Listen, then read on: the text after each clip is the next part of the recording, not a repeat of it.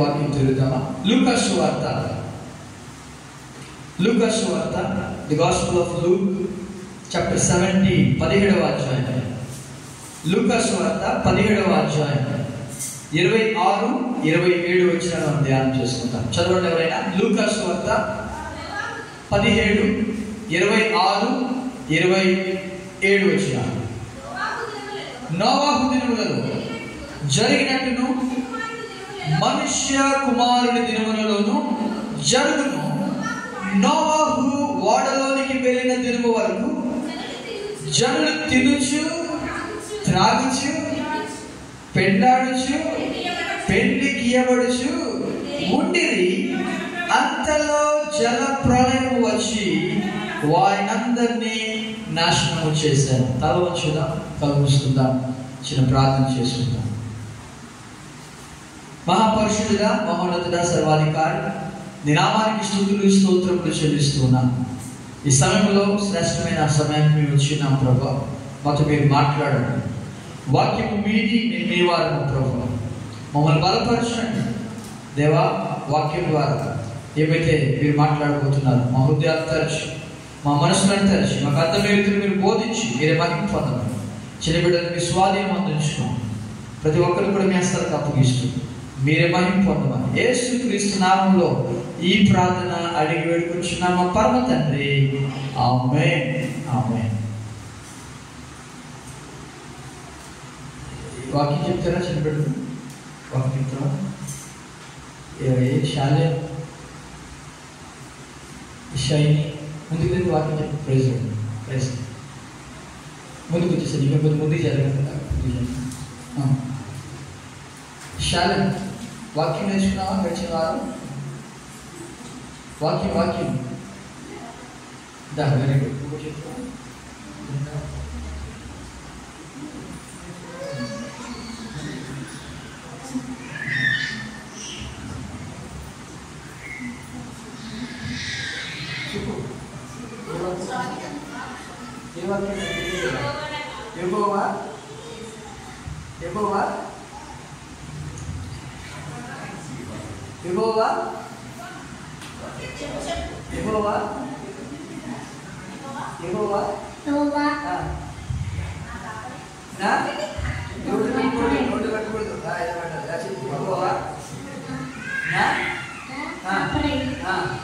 నాకు కలగదు. నేను మాట్లాడద్దండి మైక్. శైలి నేర్చుకున్నా. శైలి కూడా నేర్చుకున్నావా? నేర్చుకుందా? Very good.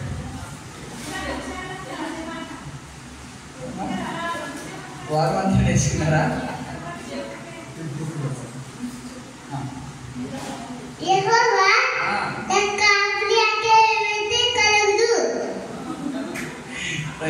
నాకు ఏమైతే కలుగుదా?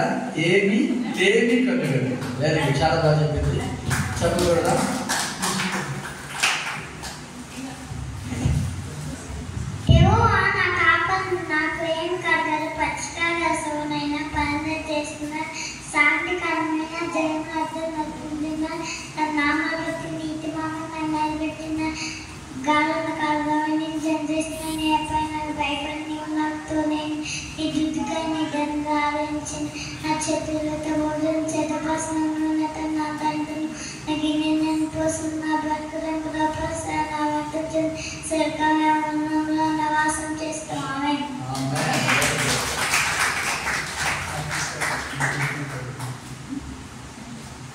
Praise lord. దేవుని నామానికి స్తోత్రం కలుగును గాక. ప్రతి వారం కూడా మరొక గంట దాకా నిర్మించారు. ప్రతి వారం కూడా సండే స్కూల్ వీళ్ళందరూ కూడా మీరు ఒక్కొక్క వాక్యాన్ని వారమంతా, ఒక్క వాక్యం చాలు, వారమంతా అది నేర్పించారు. వారమంతా వాళ్ళు నేర్చుకుని ఇక్కడ చెప్పడానికి అవకాశం ఉంటుంది. చదువుకున్న వాక్య భాగం నుండి లూకా సువార్త 17వ అధ్యాయం 26వ వచనంలో, నోవాహు దినములలో జరిగినట్టు మనుష్య కుమారుని దినములలోనూ జరుగును. నోవాహు ఓడలోనికి వెళ్ళిన దినం వరకు జనులు తినుచు త్రాగుచు పెళ్లాడుచు పెళ్లికి ఇవ్వడుచు ఉండిరి. అంతలో జల ప్రళయం వచ్చి వారందరినీ కూడా నాశనము చేశాను. అంచె దినాలు లేకపోతే కడవరి దినాలు అంటారు. అంచె దినాలు, చివరి దినాలు, ఇంకా చెప్పాలంటే మనుష్య కుమారు దినాలు కూడా అని మనం అంటాం. అంతేకాదు నోహు దినములను కూడా పిలుస్తాం వీటిని. ఇంకా లోతు దినాలను కూడా పిలుస్తాం. కడవరి దినములు మాత్రమే కాదు, అంచె దినాలు మాత్రమే కాదు, మనం ఉన్నది ఈ అంచె కాలంలో మనం జీవిస్తూ ఉన్నాం. ఎందుకంటే అంచెకాలం ఎప్పుడు ప్రారంభమైంది? 2025లోనా? కాదు. యేసు ప్రభు యొక్క మొదటి రాకడకు, యేసు ప్రభు యొక్క రెండవ రాకడకు మధ్యలో ఉన్న కాలాన్ని అంత్యకాలం అని పిలుస్తారు. యేసు ప్రభు యొక్క మొదటి రాకడకు, యేసు ప్రభు యొక్క రెండవ రాకడకు మధ్యలో ఉన్న కాలం అంటే మనమే, అపోస్తలు, శిష్యులందరూ కూడా నివసించే కాలం. ఇంకా చెప్పాలంటే కొత్త నిబంధన అంతా కూడా ఈ యొక్క అంత్యకాలం అని పిలుస్తూ ఉంటారు. అంచె దినాలు, లేకపోతే మనుష్య కుమారుని దినాలు, లేకపోతే నోవహు దినాలు, లోతు దినాలు, కడవరి దినాలు, అంచె దినాలని పిలుస్తారు. దేవునికి లేఖనము తెలియజేస్తుంది, నోవహు దినములో జరిగినట్టు మనుష్య కుమారుని దినముల్లో కూడా జరుగును. మనం ఉన్నది చాలా భయంకరమైన దినాలు మనం జీవిస్తున్నాం. యేసు ప్రభు మొదటి రాకడలో మన కొరకు బలియాగడానికి వచ్చాడు.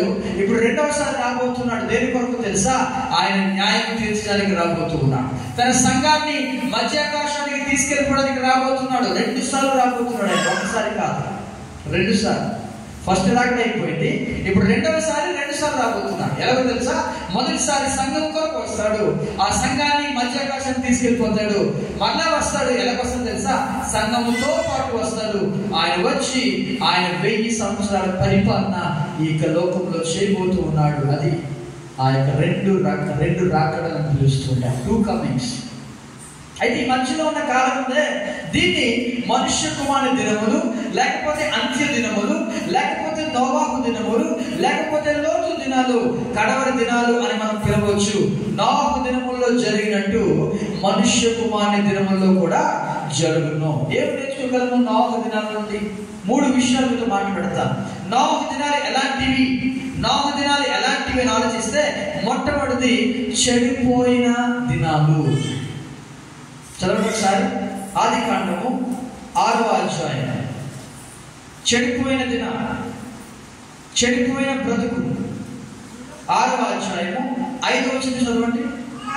నరుల చెడుతనము భూమి మీద గొప్పదనియు, వారి హృదయం యొక్క తలంపులలోని ఊహాంతయు ఎల్లప్పుడూ కేవలము చెడ్డదనియు యెహోవా చూచి తాను భూమి మీద నరులను చేసినందుకు యెహోవా సంతాపము నొంది తన హృదయంలో నొచ్చుకొనెను. ఇదండి, దేవుడు నొచ్చుకున్నాడు, దేవుడు నొచ్చుకున్నాడు. ఇంకా అంటాడు 7వ వచనం కూడా చదవండి. అప్పుడు యెహోవా, నేను సృజించిన నరులతో కూడా జంతువులను, పురుగులను, ఆకాశ పక్ష్యాదులను భూమి మీద ఉండకుండా తుడిచివేయుదును.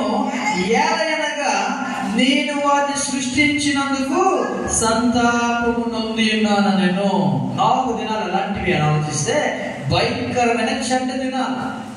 ఇంగ్లీష్ లో రాయబడింది, it's a wickedness, the days of wickedness. Wickedness అంటే భయంకరమైన చెడుతనం విస్తరిస్తున్న దినాలు మనం జీవిస్తూ ఉన్నాం. 4 దినాలు కాదా ఇవి? భయంకరమైన చెడుతనం కనపడలేదా? దేవుడి నుండి దూరం అయిపోతున్న వారు చెడుతనంతో, అపవిత్రతతో, భయంకరమైన లోక సంబంధంగా జీవిస్తున్న వారు, లోక సంబంధమైన అపవిత్రత అంటుకొని జీవిస్తున్నారు. ఇంకా ఒక మాట అక్కడ రాయబడింది, 11వ వచనం చదివినట్లయితే, దేవుడంట భూలోకాన్ని చూసినప్పుడు ఎలాగుందంట? భూలోకము దేవుని సన్నిధిని చెడిపోయి ఉండెను, భూలోకము బలాత్కారముతో నిండి ఉండెను. దేవుడు భూలోకమును చూసినప్పుడు అది చెడిపోయి ఉండెను. భూమి మీద సమస్త శరీరులు వారు తమ మార్గమును చెరిపివేసుకొని ఉండిరి. ఫుల్ ఆఫ్ వైలెన్స్, చెరిపివేసుకుంటున్నారు. బలత్కారం నిండిపోయింది. ఏం నిండిపోయింది?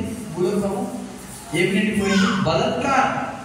ఎక్కడ చూసినా వైలెన్స్, ఎక్కడ చూసినా చెడుతనము, ఎక్కడ చూసినా అపవిత్రత. అసలు మనిషి యొక్క ఊహ. మీరు అడగచ్చు ఎవరైనా, ఏది గొప్పది భూమి మీద గొప్పదంటే తాజ్మహల్ గొప్పదని చెప్పవచ్చు. ఇంకేం గొప్పది? చార్మినార్ గొప్పది, ఇవన్నీ చెప్పచ్చు. కానీ దేవుడి దగ్గర అయ్యా అసలు ఏది గొప్పదయ్యా అని అడిగితే ఆయన అంటాడు, నరుల యొక్క చెడుతనము భూమి మీద గొప్పది. వీటన్నిటితో పోలిస్తే తాజ్మహల్ కన్నా గొప్పది తెలుసా? మన చెడుతనమే, నరుల యొక్క చెడుతనం. కారణం తెలుసా?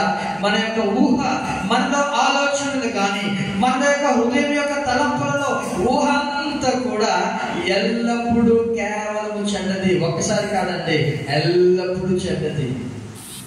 భయంకరమైన దినాలు. మనిషి యొక్క హృదయం అంట ఇర్మియా గ్రంథం 17వ అధ్యాయము 9వ వచనం చదవండి ఒకసారి. ఇర్మియా గ్రంథం 17వ అధ్యాయము 9వ వచనం. ఇర్మియా గ్రంథం, హృదయము అన్నిటికంటే మోసకరమైనది, అది ఘోరమైన వ్యాధి కలది, దాన్ని గ్రహింపగలవాడు ఎవడు? ప్రశ్న, దేవుడు ప్రశ్నిస్తున్నాడు. హృదయం అన్నిటికంటే మోసకరమైనది, అన్నిటికంటే కూడా ఘోరమైన వ్యాధి కలది. అన్నిటికంటే హృదయంకి ఒక వ్యాధి కూడా ఉంది. మనం చాలాసార్లు కిడ్నీకి చెప్తాం వ్యాధులు, లివర్ చెప్తాం, ఇవన్నీ చెప్తాం, కానీ అసలు హృదయానికి వ్యాధి ఉందా అంటే తెలియదు. అది దేవుడికి మాత్రమే తెలుసు. ఆయన అంటున్నాడు, హృదయం అన్నిటికంటే మోసకరమైనది, అది ఘోరమైన వ్యాధి కలది, దాన్ని గ్రహింపగలవాడు ఎవడు? ఈ లోకమంతా కూడా ఎలా ఉన్నాయి తెలుసా? నోవహు దినాల్లో ఉన్నాయి. ఎందుకంటే భయంకరమైన చెడుతనము విస్తరిస్తూ ఉంది, బలత్కారం విస్తరిస్తూ ఉంది, మనుషులందరూ కూడా దుర్నీతి పనులుగా అయిపోతూ ఉన్నారు, భయంకరమైన చెడుతనంతో జీవిస్తూ ఉన్నారు. ఎక్కడ కూడా ఏ సమాధానము కానీ ఏ శాంతి కానీ లేదు. అందరూ కూడా ఎలా ఉన్నారు తెలుసా? దీనికి వాక్యం తెలియజేస్తుంది, ప్రతి సహోదరుడు తంత్రగొట్టు అనే మాట బైబిల్లో రాయబడింది. ఎలాంటి వారంట? చదవండి. ఇర్మియా గ్రంథంలోనే 9వ అధ్యాయం. ఇర్మియా గ్రంథం 9వ అధ్యాయం. ఇర్మియా గ్రంథం 9వ అధ్యాయంలో ఇర్మియా మాట అంటాడు. 4వ వచనం చదవండి. 4వ వచనం, మీలో ప్రతివాడును తన పొరుగువాని విషయమై జాగ్రత్తగా ఉండవలెను. ఏ సహోదరునైనను నమ్మకుడి, నిజముగా ప్రతి సహోదరుడును తంత్రగొట్టయి తన సహోదరుని కొంపముంచును, ప్రతి పొరుగువాడును కొండెము చెప్పుటకై తిరుగులాడుచున్నాడు. ప్రతి పొరుగువాడు కూడా తంత్రగొట్టంట, ప్రతి పొరుగువాడు కూడా కొండెములు చెప్పడానికి బయలుదేరుతున్నాడు, తిరుగులాడుతున్నాడు. ఇప్పుడు చెప్పండి, అలాంటి పొరుగువాడిని ప్రేమించగలవా? అలాంటి పొరుగు వాళ్ళు, ఇప్పుడు బలత్కారం చేసే పొరుగు వాళ్ళు, లేకపోతే అక్కడ రాయబడింది కదా తంత్రగొట్టైన పొరుగువాడు, లేకపోతే కొండెములు చెప్పడానికి తిరుగులాడుతున్న పొరుగువాడిని ప్రేమించగలమంటే మనం ప్రేమించలేం. ఎందుకంటే భయంకరమైన దినాల్లో మనం జీవిస్తున్నాం. ఎక్కడ చూసినా భయంకరమైన చెడుతనము. ప్రతి సహోదరుడు కూడా తంత్రగొట్టాయి తన సహోదరుని కొంప ముంచును. కాబట్టి మీరు జాగ్రత్తగా ఉండాలి, జాగ్రత్తగా ఉండాలి, జాగ్రత్తగా ఉండాలి. ఎలాంటి దినాల్లో మనం ఉంటున్నాం తెలుసా? భయంకరమైన చెడిపోయిన దినాలు. నోవహు దినాలన్నీ కూడా భయంకరమైన దినాలు. ఇంకా అపోస్తలుడైన పౌలు ఆ చెడిపోయిన దినాల గురించి అంటాడు. 2వ తిమోతి పత్రిక 3వ అధ్యాయము 2వ వచనం చదివినట్లయితే, 2వ తిమోతి పత్రిక 3వ అధ్యాయము 2వ వచనంలో చెడుతనములు కలిగిన వ్యక్తులు ఎలా ఉంటారో చూడండి ఒకసారి. ఎలాగనగా మనుషులు స్వార్థ ప్రియులు, ధనాపేక్షలు, బిక్కములాడువారు, అహంకారులు, దూషకులు, తల్లిదండ్రులకు అవిధేయులు, కృతజ్ఞత లేనివారు. చాలా లిస్టు 19 రకాల పాపములు అక్కడ పౌలు రాస్తూ ఉంటాడు. ఎన్ని రకాలు? 19 రకాల పాపములు. ఆ పాపములన్నిటికీ మొట్టమొదటి కారణం చూసారా? మొట్టమొదటి పాపం ఏంటి చదవండి అక్కడ? స్వార్థ ప్రియులు. ఇది ఆ పాపములన్నీ కూడా లింక్ అన్నమాట. స్వార్థ ప్రియులతో లింక్ అయ్యింది. బిక్కములాడువారు, లేకపోతే ధనాపేక్షలు, ఇవన్నీ కూడా స్వార్థ పరులు కాదు, స్వార్థ ప్రియులు. ప్రియులు అంటే లవర్స్ ఆఫ్ దెమ్సెల్వ్స్, తమను తాము ప్రేమించుకునేవాళ్ళు. ఇది కూడా పాపమే. నోవహు దినాల్లో ఎలాంటివి ఆలోచిస్తే తమను తాము ప్రేమించుకునే అటువంటి జనాలు, చెడిపోయిన జనాలు, బలత్కారంతో నిండిపోయిన జనాలు. ఇక యేసుప్రభు ఒక మాట అంటాడు, చదవండి ఒకసారి. మార్కు సువార్త 7వ అధ్యాయంలో, మార్కు సువార్త చెడిపోయిన వ్యక్తుల యొక్క హృదయంలో ఏమొస్తుందో తెలుసా? మార్కు సువార్త 7వ అధ్యాయము 21వ వచనం చదవండి. లోపల నుండి అనగా మనుష్యుని హృదయంలో నుండి దురాలోచనలు,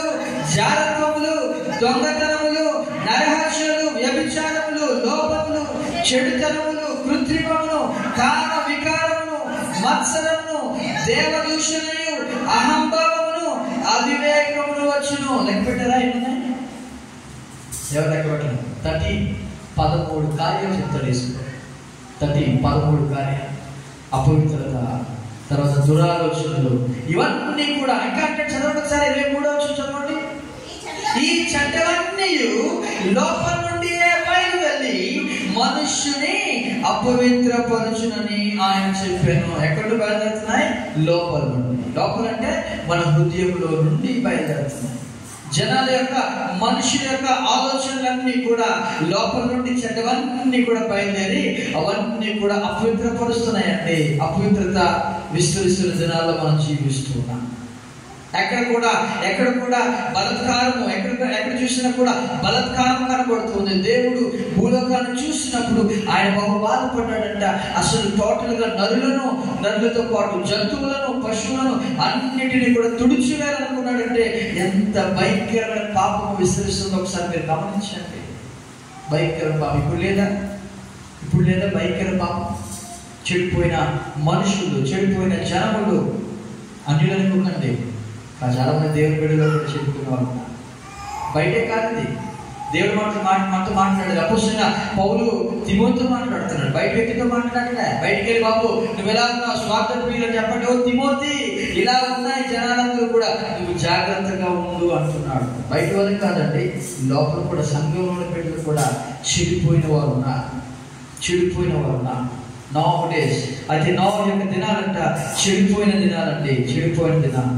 ఇంకా చెప్పాలంటే బలత్కారంతో నిండిన దినాలు. అప్పటికి కూడా బోధిస్తున్నాడు నోవా. చదవండి 2వ పేతురు పత్రికలో, 2వ పేతురు పత్రిక 2వ అధ్యాయం 5వ వచనం చదవండి ఒకసారి. 2వ పేతురు పత్రిక 2వ అధ్యాయము 5వ వచనం.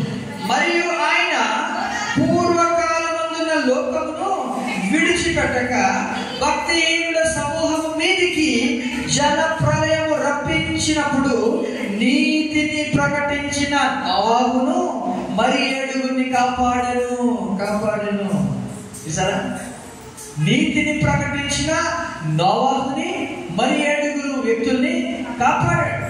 ఎంతమంది చెడిపోయిన దినాల్లో ఉన్నాం కాబట్టి మనం కూడా చెడిపోయిన ఆశలర్థమా?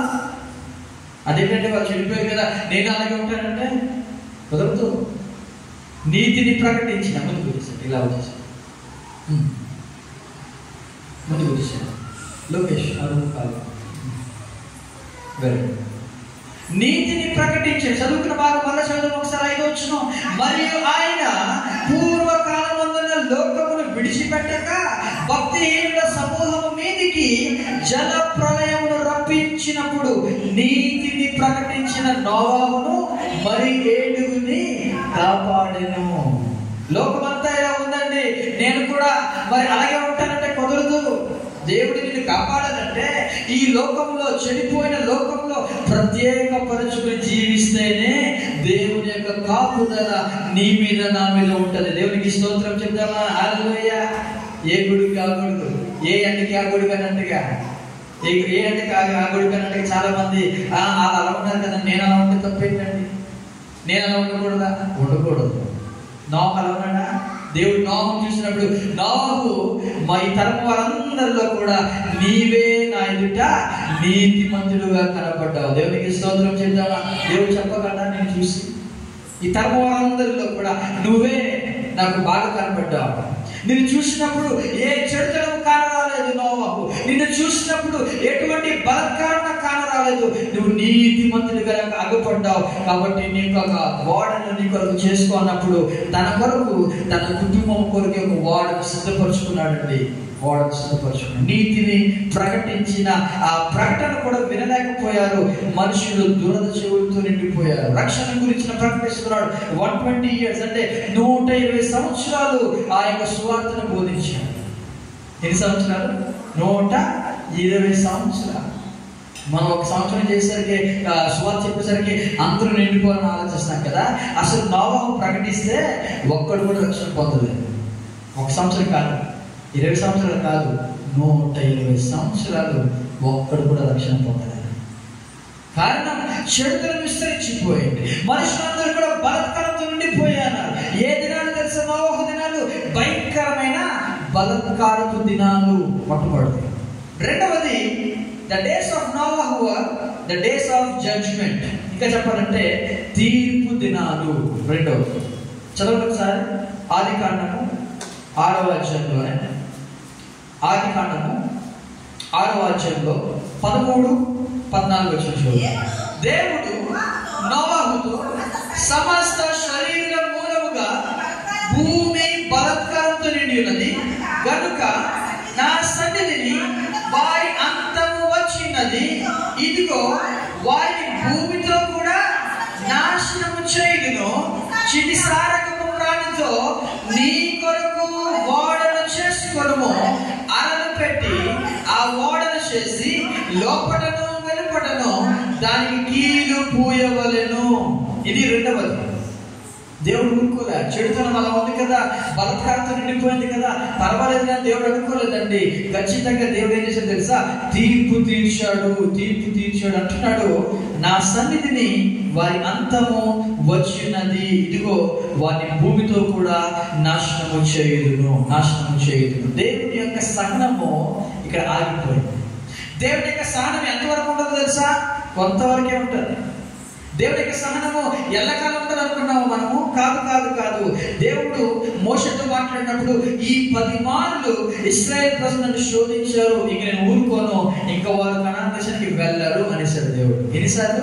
10 సార్లు వరకు కూడా దేవుడు ఓర్చుకున్నాడు. 10 సార్లు దేవుడు ఓర్చుకున్నాడు ఇశ్రాయేల్ ప్రజల జీవితంలో. 10 మార్లు కూడా వీళ్ళని శోధించారు, అయినా పర్వాలేదు, నేను ఓర్చుకున్నాను, ఇంక నేను ఓర్చుకోలేను మోషే. వీరెవ్వరు కూడా నా యొక్క వాగ్దాన దేశంలోనికి ప్రవేశించారు. ఇందాక మనం చదువుకున్నాం కదా కీర్తన భాగం 95వ కీర్తనలో అదే మాట మనకు కనబడుతుంది. 10వ వచనం చదవండి. 10వ వచనం, కీర్తన 95 10వ వచనం. 40 ఏళ్ల కాలము ఆ తరము వారి వలన నేను విసికి వారు హృదయమున తప్పిపోవు ప్రజలు, వారు నా మార్గములు తెలుసుకొనలేదని అనుకొంటిని, కావున నేను కోపించి వీరెన్నడూ నా విశ్రాంతిలో ప్రవేశింపకూడదని ప్రమాణము చేసి తిని. దేవునికి స్తోత్రం చెప్దామా? పరలోక రాజ్యానికి అంటే ఈజీ అనుకుంటున్నారా? ఆయన వెళ్ళనిస్తేనే, అంటే ఆయన కనికరం ఎంత ఉండాలి మన మీద. ఆయన అన్నాడుగో వీరన్నడూ కూడా ఇంకా నా యొక్క విశ్రాంతిలో ప్రవేశించరు అనేసాడు దేవుడు. ఎందుకంటే వారి హృదయం తప్పిపోవు ప్రజలు. తీర్పు తీరుస్తున్నాడు ఇక్కడ. తీర్పు తీర్చి దినాలండి ఇవి.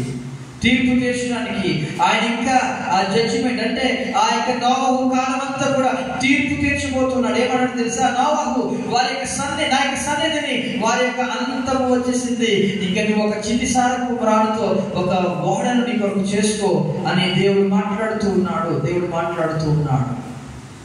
వారి యొక్క తీర్పుని రెడైపోతూ ఉన్నారు. ఇప్పటికీ కూడా దేవుడు ఇంకా పిలుస్తూ ఉన్నాడు, రండి, ఈ యొక్క లోకం యొక్క అంతము వచ్చేస్తుంది, పరలోక రాజ్యం సమీపించినది, మారు మనసు పొందండి. అప్పుడు కేకేసిన కేక ఇప్పటికి కూడా మారు మోగుతూనే ఉంది. కారణం ఏంటో తెలుసా? తీర్పు అనేది రాబోతూ ఉంది. మత్తయి సువార్త 24వ అధ్యాయంలో యేసు ప్రభువు మాట తెలియజేస్తున్నారు. చదవండి ఒకసారి. మత్తయి సువార్త 24వ అధ్యాయం 39వ వచనం చదవండి. మత్తయి సువార్త. జలప్రలయం వచ్చి అందరినీ కొట్టుకొని పోవు వరకు ఎరుగకపోయిరి, అలాగుననే మనుష్య కుమారుని రాకడ ఉండును.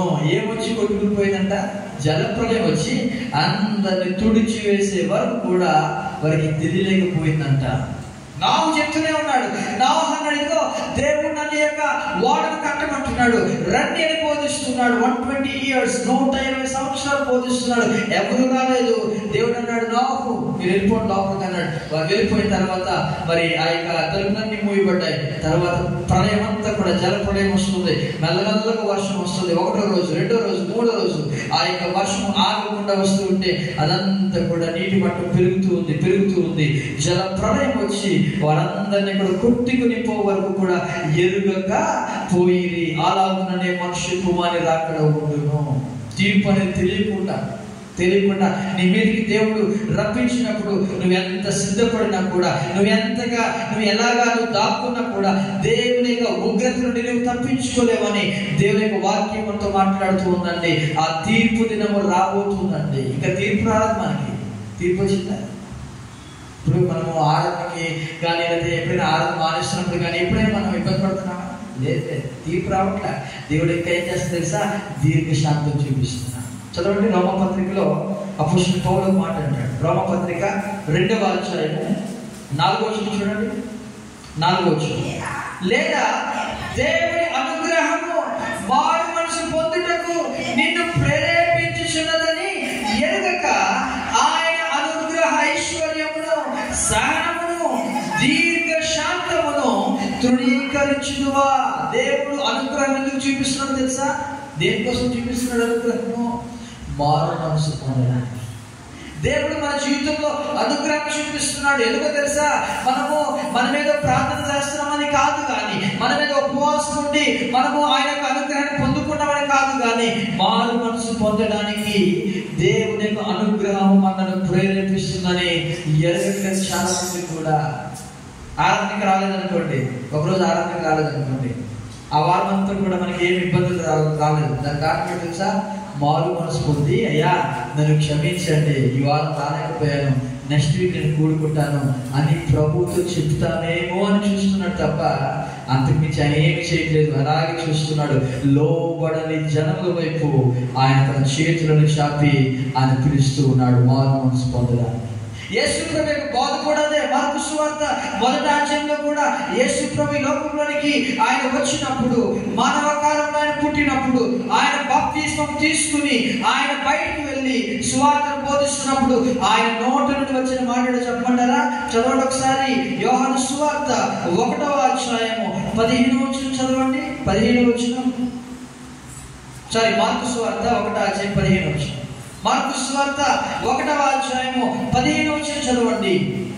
కాలము సంపూర్ణమైనది, దేవుని రాజ్యము సమీపించినది, మారు మనసు పొంది సువార్త నమ్ముడని చెప్పుచు దేవుని సువార్త ప్రకటించుచు ఆయన గలిలయకు వచ్చెను.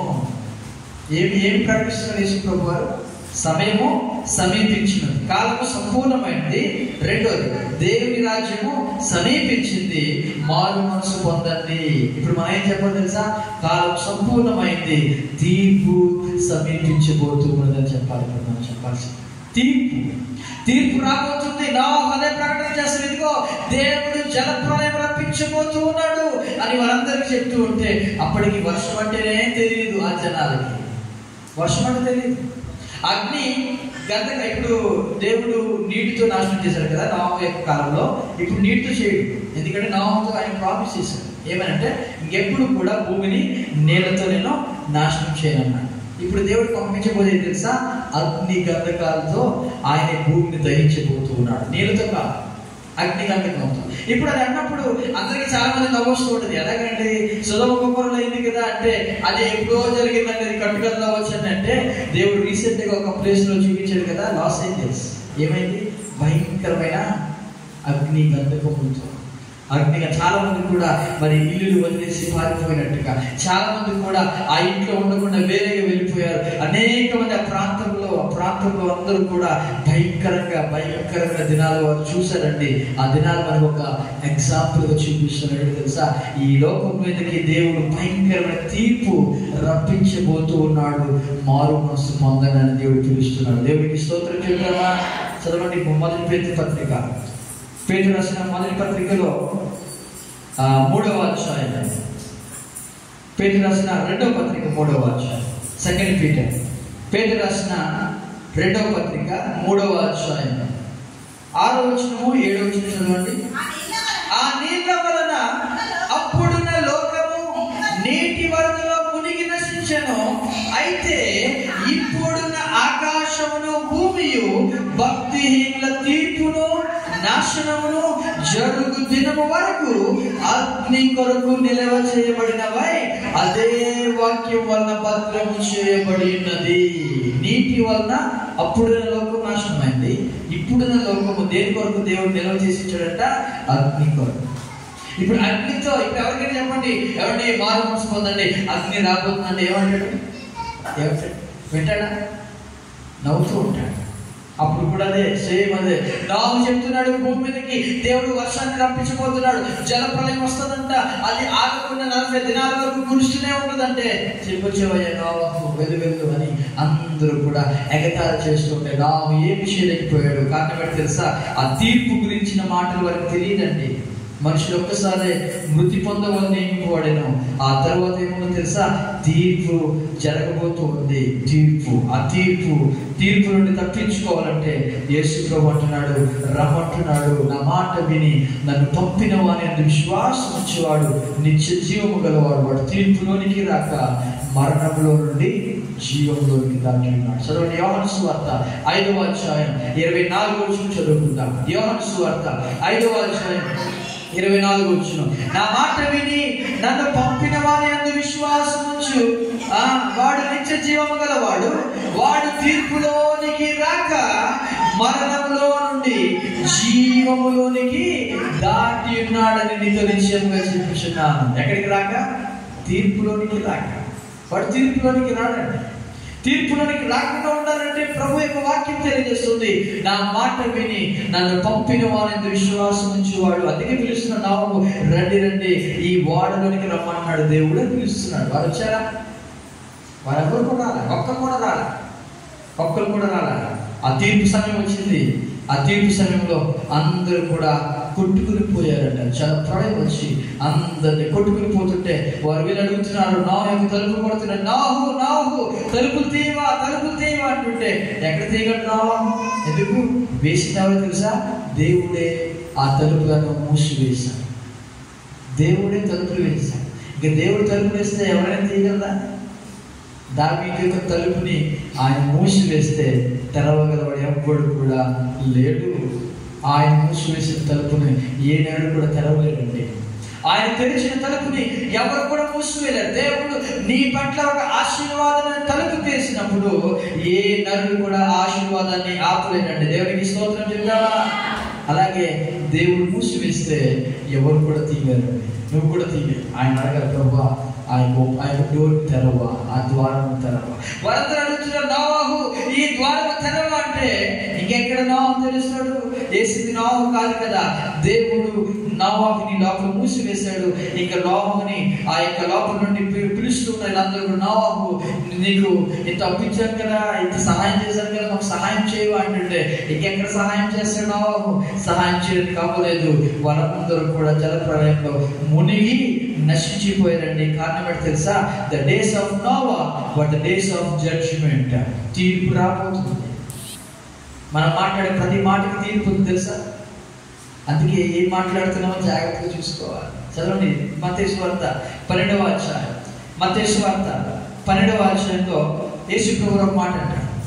మత్తయి సువార్త 12వ అధ్యాయం 36వ వచనం 37వ వచనం, నేను మీతో చెప్పున్నదేమనగా మనుషులు పలుకు వ్యర్థమైన ప్రతి మాటను గూర్చి విమర్శ దినమున లెక్క చెప్పవలసి ఉండును. నీ మాటలను బట్టి నీతిమంతుడవని తీర్పు నందుదువు, నీ మాటలను బట్టియే అపరాధివని తీర్పు నందుదువు. చూసారా? విమర్శ దినమందు అంటే తీర్పు దినంలో మనం మాట్లాడే ప్రతి మాటకి లెక్క అప్పచెప్పాలండి. అందుకే ఏం మాట్లాడుతున్నారో చూసుకోండి అన్నాడు యేసయ్య. మీరేం మాట్లాడుతున్నారు మీరు చూసుకోండి. కారణం ఏంటో తెలుసా?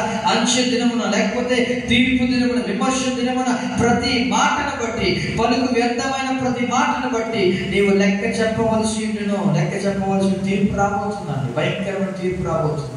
లోకం మీదకి భయంకరమైన తీర్పు. ఆ తీర్పులోకి రాకూడదంటే యేసు ప్రభు ఒక్కడే మార్గము, ఆయన ఒక్కడే సత్యము, ఆయన ఒక్కడే జీవము. దేవునికి స్తోత్రం చెప్తామా? హల్లెలూయా. నోవా యొక్క దినాలు చెడిపోయిన దినాలు, 2 నోవా యొక్క దినాలు తీర్పు దినము. 3వది కూడా చెప్పి నేను ముగిస్తాను. నోవా దినాలు చెడిపోయిన దినాలు, 2వది తీర్పు దినాలు మాత్రమే కాదు, రక్షణ దినాలు కూడా నోవా దినాలు. దేవునికి స్తోత్రం చెప్తామా? దేవుడు మర్చిపోలేదండి. దేవుడు 120 సంవత్సరాలు సమయం ఇచ్చాడు. ఎన్ని సంవత్సరాలు? 120 సంవత్సరాలు. ఎలా చెప్తారు మీరంటే అక్కడే ఒక మాట ఉంటుంది, ఆది కాండంలో 6వ అధ్యాయంలోనే మనిషి యొక్క దినాలంట ఎన్ని సంవత్సరాలంట? చదవండి, 3వ వచనం చదవండి. అప్పుడు యెహోవా, నా ఆత్మ నరులతో ఎల్లప్పుడూ వాదించదు, వారు తమ అక్రమ విషయంలో నరమాత్రులైనారు, అయినను వారి దినములు 120 ఏండ్లగున నేను. ఎన్ని సంవత్సరాలు? 120 సంవత్సరాలు సమయం ఇచ్చాడు. 120 సంవత్సరాలు దేవుడు వెయిట్ చేస్తున్నాడు. ఆయన త్వరపడలేదండి.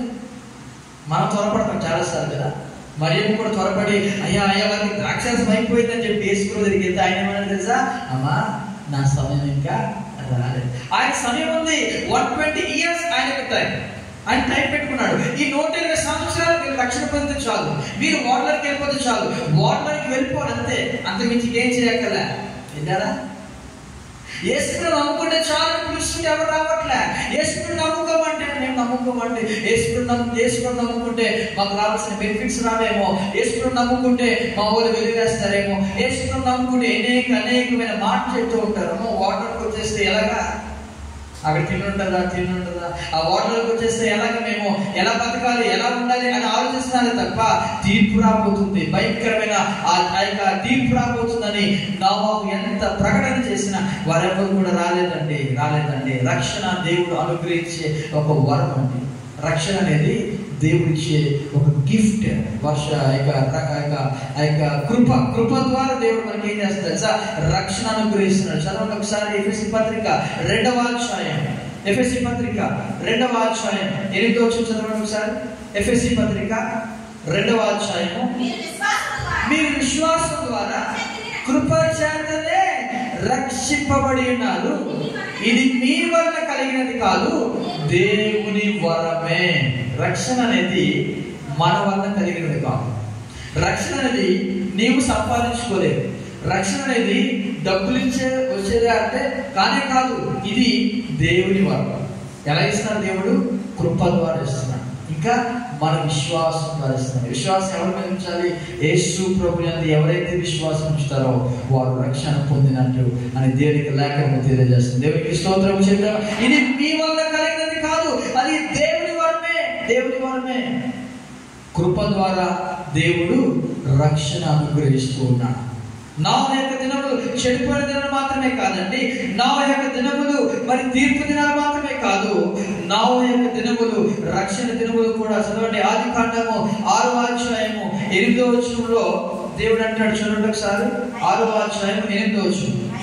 అయితే నోవహు యెహోవా దృష్టి యందు కృప పొందినవాడాయెను. ఇందాక మనం ఏం చదువుకున్నామో, దేవుని కృపను బట్టి రక్షణ వచ్చింది. ఇప్పుడు ఆ కృప ఎవరు పొందుకున్నారంటే ఇక్కడ?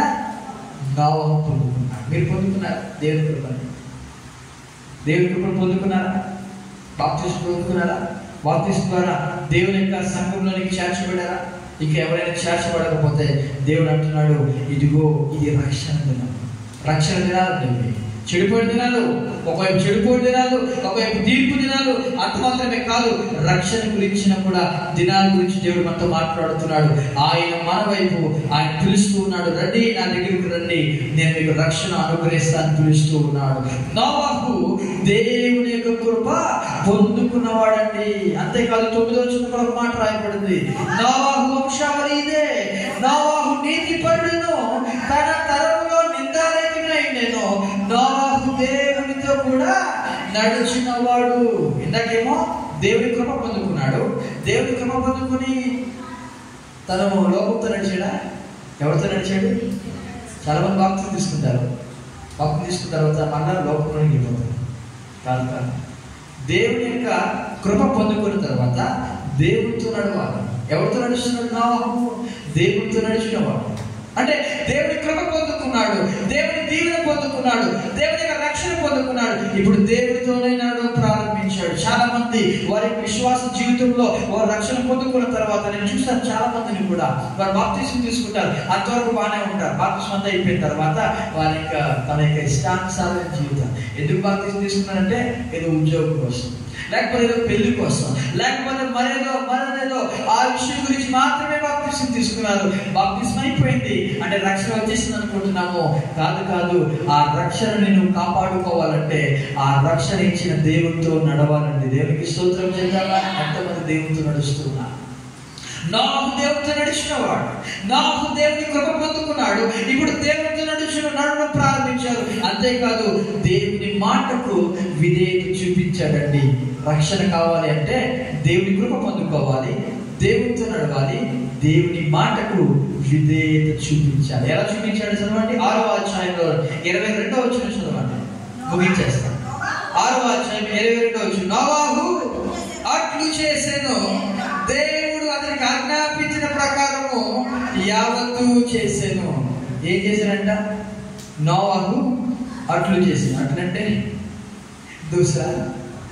చాలా మంది చదువుకున్న ఒక వ్యక్తి పాస్టర్ గారి గురించి అడిగంట. పాస్టర్ గారు దేవుని బిజినెస్ పెట్టుకోమన్నాడు. పాస్టర్ గారు ఎలా చెప్తున్నావు అంటే, వాక్యం చెబుతున్నప్పుడు నేను దేవుడితో మాట్లాడాను. ఏ బిజినెస్ పెట్టుకుంటావు అంటే అట్లు బిజినెస్ పెట్టుకుంటా అన్నాడు. పాస్టర్ గారు అన్నాడు, ఎక్కడుంది ఆ మాట అంటే ఈ మాట చూపించయ్యా. నోవహు అట్లు చేసిన మాట ఉంది కదా, నేను కూడా అట్లు వ్యాపారం పెట్టుకుంటే బాగుంటుంది అన్నాడు. అట్లు అనే మాటకి అర్థం ఏంటంటే అలా చేశాడండి. ఎలా చేశాడు? ఆ పై వచ్చిన చదివితే మనకు అర్థమవుతుంది. ఏంటది? దేవుడు ఒక చితిసారకం రాళ్ళతో ఒక ఓడను కట్టమన్నాడు. ఎలా కట్టమన్నాడు కూడా మెజర్మెంట్ ఇచ్చాడు. ఎన్ని అరలుగా కట్టమన్నాడు, ఎన్ని ఫ్లోర్లు కట్టమన్నాడు కూడా 3 అంతస్తులుగా కట్టమన్నాడు. ఎంత వెడల్పు ఉండాలో, ఎంత పొడవు ఉండాలో, ఎంత ఎత్తు ఉండాలో అవన్నీ కూడా చెప్తే అయ్యా నా వల్ల కాదు ప్రభు అనలేదు. అలా చేశాడు. అలా చేసి దేవుని యొక్క ఆశీర్వాదం పొందుకున్నాడు. దేవునికి స్తోత్రం చెప్తామా? దేవునితో నడిస్తే సరిపోదండి, దేవునికి విధేయత చూపించాలి. దేవునితో నడవమంటే నువ్వు ఆరాధనకు వస్తున్నావు, బాగానే ఉంది, ప్రార్థన చేస్తున్నావు, బాగానే ఉంది. కానీ ఇక్కడ దేవునికి వాక్యం ఏమైతే చెప్తున్నాడో దాని ప్రకారం చేసినప్పుడు వాక్యం వింటమే సరిపోదండి, వాక్యం ప్రకారం నడుచుకోవాలి. నోవహు చేశాడు. 3 విషయాలు చేశాడు. 1 కృప పొందుకున్నాడు, 2 దేవునితో నడుస్తున్నాడు, 3 దేవుని మాటకు విధేయత చూపించాడు. ఇప్పుడు వెంటనే 7వ అధ్యాయము 1వ వచనం చదివితే అర్థమవుతుంది మనకి. యెహోవా ఈ తరము వారిలో నీవే నీతిమంతుడైన చూచితిని గనుక నీవును నీ ఇంటి వారిను ఓడలో ప్రవేశించుడి. ఇదండి ఇప్పుడు మాట్లాడుతున్నాడు దేవుడు. నోవహు నీవు నా దృష్టికి ఎలా కనబడ్డావు? నీతిమంతుడు. ఎందుకు ఆ మాట అంటే 3 విషయాలు పొందుకున్నాడు. 1 దేవుని కృప పొందుకున్నాడు, 2 దేవునితో నడిచిన వాడు నోవహు, 3 దేవుని మాటకు విధేయత చూపించాడు. ఇదేనండి రక్షణ అంటే. రక్షణ అంటే తెలుసా? దేవుని కృప పొందుకోవాలి, దేవునితో నడవాలి, దేవుని యొక్క మాటకు విధేయత ఎవరైతే చూపిస్తారో వారు మాత్రమే నిత్య రాజ్యంలో అంటే ఓడలోనికి ప్రవేశించగలరు, నిత్య రాజ్యంలోకి ప్రవేశించగలరు. దేవునికి స్తోత్రం చెప్తాం. మరెవరూ ప్రవేశించలేరండి. చేస్తున్నామా? రక్షణ దినానికి నోవహు రక్షణ పొందుకున్నాడు. నోవహు ఆ రక్షణ కలిగి జీవించాడు. నోవహు ఆ రక్షణని కాపాడుకున్నాడండి. అంచె దినాల్లో విశ్వాస భ్రష్టులైపోతారండి. అంచె దినాల్లో విశ్వాస భ్రష్టులైపోతారు, విశ్వాసంలో తొలగిపోతారు. కారణం ఏంటి తెలుసా? చదవండి ఒకసారి. తిమోతి రాసిన పత్రిక 2వ పత్రికలో 3వ అధ్యాయం. తిమోతి రాసిన 2వ పత్రిక 3వ అధ్యాయంలో అక్కడ ఒక మాట రాయబడింది. 8వ వచనం చదవండి. యంబ్రే అనువారు మోషేను ఎదిరించినట్టు వీరును చెడిన మనసు కలిగి విశ్వాస విషయంలో భ్రష్టులై సత్యమును ఎదురింతురు. చాలండి. ఏమైందంట? విశ్వాస భ్రష్టులైపోయారు. అంటే విశ్వాసం నుండి వారు బయటకు వెళ్ళిపోయారు, విశ్వాసాన్ని కంటిన్యూ చేయలేకపోయారు, విశ్వాసంలో వారు కొనసాగించలేకపోయారు. ఎందుకు అంటే వారు ఎదురిస్తూ ఉన్నారు. ఏమి ఎదురిస్తున్నారు? దేవుని రక్షణ ఎదురిస్తున్నారు, దేవుని మాటను ఎదురిస్తున్నారు, దేవుని ఎదురిస్తున్నారు. యంబ్రే మోషేను ఎదిరించినప్పుడు వారికి ఏమైంది తెలుసా? వారు దేవుని యొక్క ఉగ్రతను పొందుకున్నారు, దేవుని యొక్క శిక్షను వారు పొందుకున్నారండి. దేవుని మాటకు మనం ఎదిరిస్తే ఖచ్చితంగా ఏం కోల్పోతాం చెప్పమంటారా? విశ్వాసాన్ని కోల్పోతాం, విశ్వాసాన్ని పరిత్యాగం చేస్తాం, విశ్వాసాన్ని విడిచిపెట్టేస్తాం, విశ్వాసాన్ని మనం ఏం చేస్తాం తెలుసా? విశ్వాస భ్రష్టులను అయిపోతామని దేవుని వాక్యం తెలియజేస్తుంది. వారు సత్యమును ఎదిరించినట్టుగా దేవుని యొక్క లేఖనంలో మనకు రాయబడింది కదా. ఆ మాట ఉందా? 8వ వచనంలో విశ్వాస విషయంలో భ్రష్టులై సత్యమును ఎదిరింతురు. విశ్వాసం భ్రష్టమైపోతున్నారు అనేక మంది. అంటే విశ్వాసం కోల్పోతున్నారు. విశ్వాసం కోల్పోయి లోపలికి వెళ్ళిపోతున్నారు. కారణం తెలుసా? ఈ 3 విషయాలు వారి జీవితంలో ఉన్నట్లే. ఒకటి, కృప పొందుకున్నారు కానీ దేవుడితో నడవట్లే. ఒక దేవుడితో నడిచినా దేవుడి మాటకు మీదే చూపించిందా. ఈ 3 కూడా నువ్వు చేయగలిగితే దేవుడు వెంటనే అంటాడు, నోవాహు, ఈ తన వారందరిలో నువ్వే నా ఎదుట నీతిమంతుడిగా కనబడ్డావు, లోపలికి వెళ్ళిపో అన్నాడు. లోపలికి వెళ్ళిపో అనగానే లోపలికి వెళ్ళిపోయిన తర్వాత దేవుడు నోవహు యొక్క తలుపులు మూసివేశాడు. ఇంకెవ్వరు వెళ్ళకుండా దేవుడు మన జీవితంలో గొప్ప కార్యం చేయాలని ఆశపడుతున్నాడు. అయితే మనం ఏం చేయాలి తెలుసా? కృప పొందుకోవాలి, అంతేకాదు దేవుడితో నడవాలి, అంతేకాదు దేవుడి మాటకు విధేయత చూపిస్తే ఈ రక్షణ దినాలు నీ జీవితంలో గొప్ప ఆశీర్వాదకరంగా దేవుడు చేయబోతున్నాడు. నమ్మిన వారు దేవుడికి స్తోత్రం చేద్దాం. హల్లెలూయా. తల వంచుదాం, కళ్ళు మూసుకుందాం. తల వంచుదామా, కళ్ళు మూసుకుందాం. నోవహు యొక్క దినాలు ఎలా ఉన్నాయో ఈ దినాలు కూడా అలాగే ఉన్నాయి. నోవహు యొక్క దినాలు చెడిపోయిన దినాలు, ఈ దినాలు కూడా అలాగే ఉన్నాయి. మనుషులు చెడిపోతున్నారండి, తమ మార్గాన్ని చెడిపోసుకుంటున్నారు. మనుషులు బలత్కారమైపోతూ ఉన్నారు. చెడిపోయిన దినాలు ఇవి. అంతేకాదు తీర్పు దినాలు, తీర్పు రాబోతున్న దినాలండి మనం జీవిస్తున్నా. ఏ దినమో ఏమో, ఎప్పుడు ఆ తీర్పు రాబోతుందో తెలియదు. దేవునికి లేఖనం తెలియజేస్తుంది, గర్భిణీ స్త్రీకి ప్రసవ వేదన ఆకస్మికంగా వచ్చినట్లు దేవుని యొక్క తీర్పు రాబోతున్న దినాల్లో మనం జీవిస్తున్నాం. ఆకస్మికమైన తీర్పు రాబోతుంది. ఎవరు తప్పించుకోలేకపోయారు. అందరూ కూడా ఈడ్చుకెళ్ళిపోయిన జల ప్రళయము వాళ్ళు వారు ఎరగకపోయి అని దేవుని వాక్యం తెలియజేస్తుంది. నువ్వు ఎరగకుండానే దేవుని యొక్క తీర్పు రాగలదు. కాబట్టి చెడిపోయిన దినాలు ఇవి, రాక నోవహు యొక్క దినాలు, అంతేకాదు తీర్పు యొక్క దినాలు, ఈ నోవహు యొక్క దినాలు. అంతేకాదు దేవుడు ఒక అవకాశం ఇస్తున్నాడు. రక్షణ దినాలు అయిపోయింది. రక్షణ దినాలు ఇదిగో, ఇదే రక్షణ దినము, ఇదే అనుకూల సమయము. రేపు నీది కాదు, ఈ దినమే మంది, రేపు మంది కాదండి. ఒకవేళ ఇంకా ప్రభువుకి నీ జీవితం ఇవ్వకపోతే 3 విషయాలు దేవుడు అడుగుతున్నాడు. నా కృప నీకు కావాలి, నా కృప పొందుకోవాలి, నాతో నీవు నడవాలి, నా మాటకు విధేయత చూపించాలి. జస్ట్ 3 విషయాలు దేవుడు అడుగుతున్నాడు. చేయలేకపోతున్నాం మనం. 3 విషయాలు. దేవుని యొక్క కృప పొందుకోవాలి, దేవుడితో నడవాలి, దేవుని మాటకు విధేయత చూపించాలి. తల వంచుదాం, కళ్ళు మూసుకుందాం, ప్రార్థన చేసుకుందాం. Thank you Jesus, thank you lord. దేవుడు మనతో మాట్లాడిన ప్రతి మాటను బట్టి ఈ 5 దినాల్లో ఎలా జీవిస్తున్నాం ప్రియ సహోదరుడా? ఎలా జీవిస్తున్నాం? సమస్యలు బట్టి, కుటుంబ సమస్యలు అవి ఎల్లవేళ ఉంటాయి. వాటిని బట్టి నువ్వు విశ్వాసాన్ని విడిచిపెట్టద్దు. కుటుంబ సమస్యలు బట్టి విశ్వాసాన్ని విడిచిపెట్టద్దు. సమస్యలు ఎప్పుడు ఉంటాయి. నువ్వు విశ్వాసాన్ని విడిచిపెట్టినా ఉంటాయి, విశ్వాసాన్ని విడిచిపెట్టకపోయినా ఉంటాయి, అవి అలాగే ఉంటాయి. కానీ విశ్వాసం విడిచిపెట్టేస్తే నువ్వే నష్టపోతావు, రక్షణ కోల్పోతావు. దేవుడు మాట్లాడుతున్నాడు. ప్రియ సహోదరుడు, ప్రియ సహోదరి, ఈ రాత్రి దేవుడు రక్షణ దినాలు, నోవహు యొక్క దినాలని మనతో మాట్లాడుతున్నాడు. తల వంచుదాం, కళ్ళు మూసుకుందాం, ప్రార్థన చేసుకుందామా? మన ఇజ్రాయేలు ప్రార్థనలో నడిపిస్తుండగా అందరం కలిసి ప్రార్థన గురించి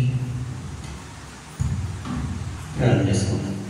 స్తోత్రం తండ్రి ప్రభా, మహాపరిశుద్ధ రాజంగా మన తండ్రి, దేవాతి దేవానికి కమర్తలేసరి ఉన్నాను తండ్రి. సాధ్య సమాధానం తండ్రి ఇది ఆశను పెట్టి తండ్రి లోహం ప్రభావాలు పెట్టుకోతండి.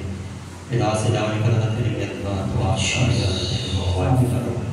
మీరు మాతో మాట్లాడడానికి వందన తెలిసి దేవానికి తండ్రి ప్రభా 3 దేవానికి సత్యాలు